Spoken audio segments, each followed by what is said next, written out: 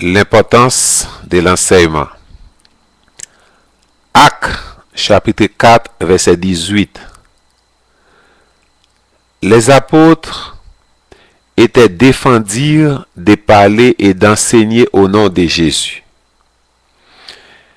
Quelqu'un vint les dire: voici les hommes que vous avez mis en prison sont dans les temples et ils enseignent les peuples.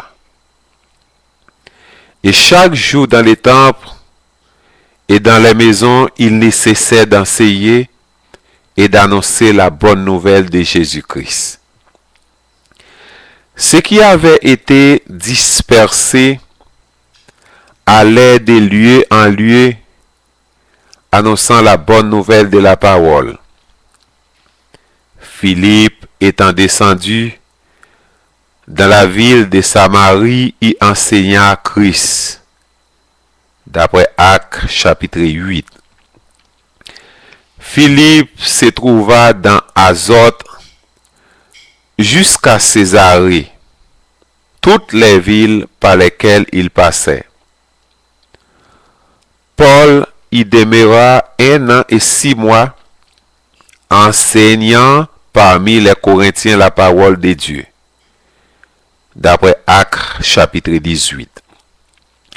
Les apôtres ne voulaient pas s'occuper de certaines tâches pratiques si cela impliquait une diminution de leur ministère d'enseignement. Actes chapitre 6, verset 1 à 7, associe à celui de la prière et de la prédication. L'enseignement est le moyen que Dieu a choisi pour véhiculer le message de l'Évangile, à savoir propager la parole vivante de Dieu qui est efficace, plus tranchante qu'une épée quelconque à deux tranchants, pénétrante jusqu'à partager âme et esprit, jointure et moelle.